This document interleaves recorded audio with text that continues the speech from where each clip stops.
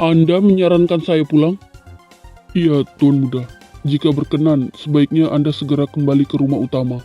Ada kehadiran yang lebih dibutuhkan daripada perintah dan uang. Jaga Dania baik-baik. Aku akan pulang. Terima kasih, Tuan Muda. Saya yakin ada hal baik yang menunggu Anda di rumah.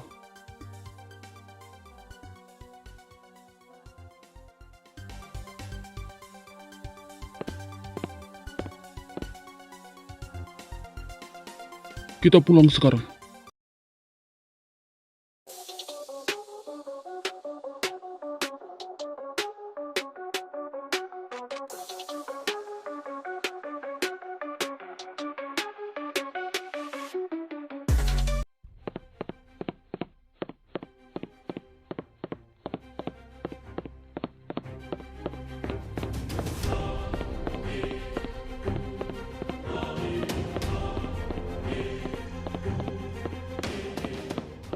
Pak Mun, ada apa sebenarnya? Kenapa saya dipanggil pulang secepat ini? Maafkan saya, Tuan Muda. Nona Dania sejak siang tampak tidak enak badan, mual dan sangat sensitif dengan bau di dapur. Saya khawatir, Tuan Muda. Kalau hanya tidak enak badan, kenapa tidak langsung panggil dokter? Apakah kondisinya memburuk sampai saya harus meninggalkan kantor dalam keadaan genting? Belum sampai pingsan, Tuan. Tapi Nona Dania terlihat lemah. Saya takut mengambil keputusan sendiri tanpa seizin Anda. Pak Mun, Anda tahu posisi saya hari ini? Kantor sedang kacau. Tapi Anda juga tahu kan? Saya tidak pernah main-main soal keselamatan Dania. Sekarang jawab jujur. Sejak kapan kondisinya seperti ini? Sejak pagi, Tuan. Awalnya hanya mual, lalu tidak bisa mencium bau makanan sama sekali. Kenapa tidak langsung lapor saat itu juga? Saya pikir hanya masuk angin biasa, Tuan. Sampai Nona muntah 2 kali. Dan saya pikir Anda sedang sibuk di kantor. Sayang, sudahlah. Jangan diperpanjang ya. Aku nggak apa-apa kok. Pak Mun, mulai hari ini, jangan pernah menunda laporan soal Dania. Sekecil apapun, kalau terjadi sesuatu padanya, saya tidak akan memaafkan siapapun, termasuk diri saya sendiri. Anda mengerti? Baik, Tuan Muda. Saya yang bersalah. Saya minta maaf. Kenapa dia bereaksi seperti itu? Ini merasa terlalu berlebihan. Padahal kan, aku cuma mual. Cuma muntah sedikit. Tidak pusing, tidak demam, tidak sakit apapun. Kenapa dia panik berlebihan sih? Apa aku kelihatan separah itu? Badanku baik-baik saja kok. Hanya perutku kadang terasa aneh. Sensitif bau, cepat mual. Tapi ya, mungkin cuma masuk angin. Lagi pula, kalau aku benar-benar sakit, pasti aku sudah merasa lemah sekali. Tapi ini kan tidak. Kenapa dia takut kehilanganku? Aku merasa ini terlalu berlebihan deh. Atau dia terlalu capek dengan masalah kantornya, sampai segalanya terlihat mengkhawatirkan? Han, aku butuh Dokter Harun sekarang. Apakah ini darurat, Tuan? Aku tidak mau menunggu sampai jadi darurat. Baik, Tuan Muda. Saya akan menghubungi Dokter Harun segera.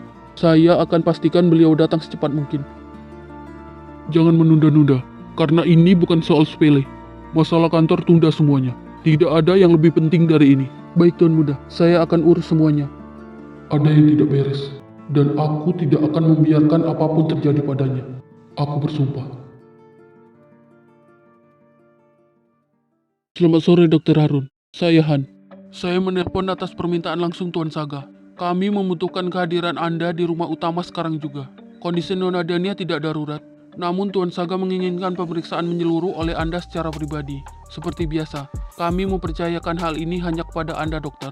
Terima kasih. Keamanan dan akses akan kami siapkan. Silakan langsung menuju rumah utama. Kami menunggu kedatangan Anda, Dokter Harun.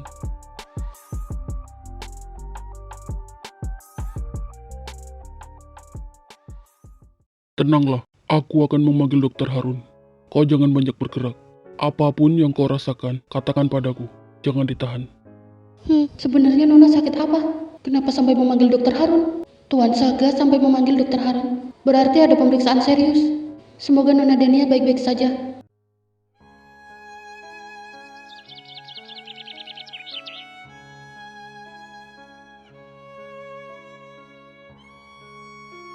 Saga, bisa kita bicara empat mata? Ikut aku.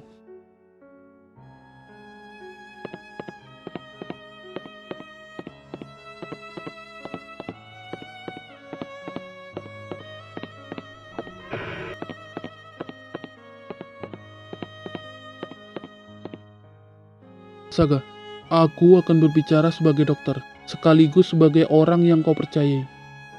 Katakan. Kenapa mereka harus keluar? Kenapa tidak bicara di sini saja, di depanku?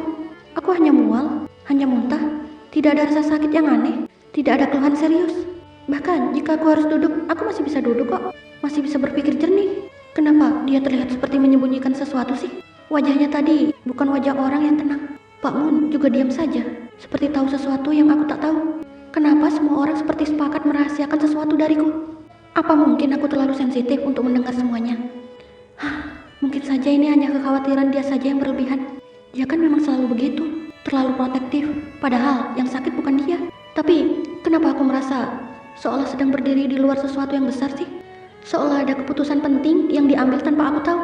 Kalau memang ada sesuatu, kenapa tidak kau katakan langsung padaku? Aku ini kan istrimu. Aku tidak suka perasaan ini. Perasaan ditinggalkan, meski aku ada di ruangan yang sama. Kenapa sih mereka semua? Semua berjalan baik-baik saja. Kondisi Dania bukan sekadar gangguan pencernaan atau masuk angin. Ada perubahan besar dalam tubuhnya. Perubahan yang alami, namun sangat sensitif. Jika boleh jujur, semua gejalanya mengarah pada suatu kemungkinan kuat. Namun, untuk kepastian medis, aku masih membutuhkan pemeriksaan lanjutan. Katakan jangan bertele-tele. Oke. Slow man. Kenapa kau yang jadi marah begini? Aku akan menjelaskan satu persatu. Berdasarkan pemeriksaan awal, kondisi Dania sangat kuat, mengarah pada kehamilan usia sangat dini. Hamil? Benarkah? Ya, namun belum bisa kupastikan 100% tanpa pemeriksaan lanjutan. Tapi secara medis, tanda-tandanya hampir tidak terbantahkan. Apakah dia tahu ini? Dan sebaiknya memang belum.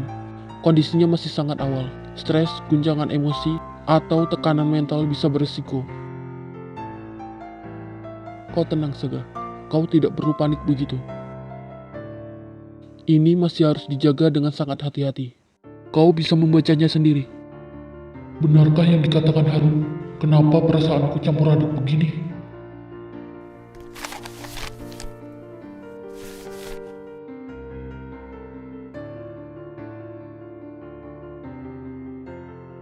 Dan mulai detik ini, peranmu bukan hanya sebagai suami, melainkan pelindung dua nyawa.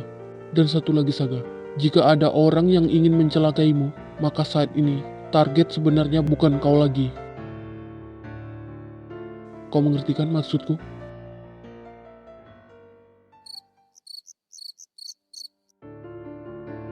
Aku sudah siap menghadapi apapun di kantor. Rapat, pengkhianatan, angka-angka yang ingin menelanku hidup-hidup. Tapi tidak untuk ini.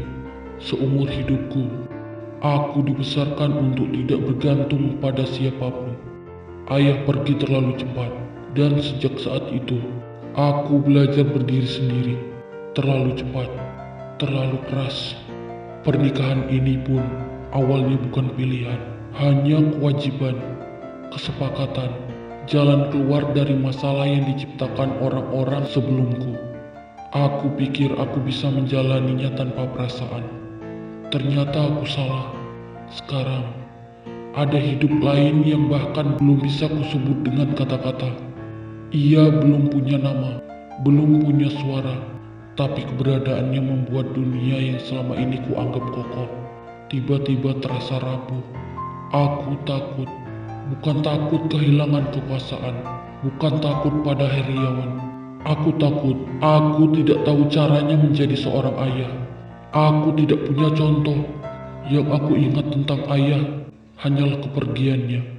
Dan aku bersumpah pada diriku sendiri, tidak akan membiarkan sejarah yang sama terulang. Jika kau benar-benar ada di sana, aku tidak tahu apakah aku akan menjadi pria yang sempurna, tapi aku akan menjadi pria yang tinggal, yang pulang, yang tidak lari. Dunia di luar sana boleh berisik. Mereka boleh saling menikam demi nama dan kursi. Tapi malam ini, rumah ini adalah satu-satunya tempat yang harus kujaga.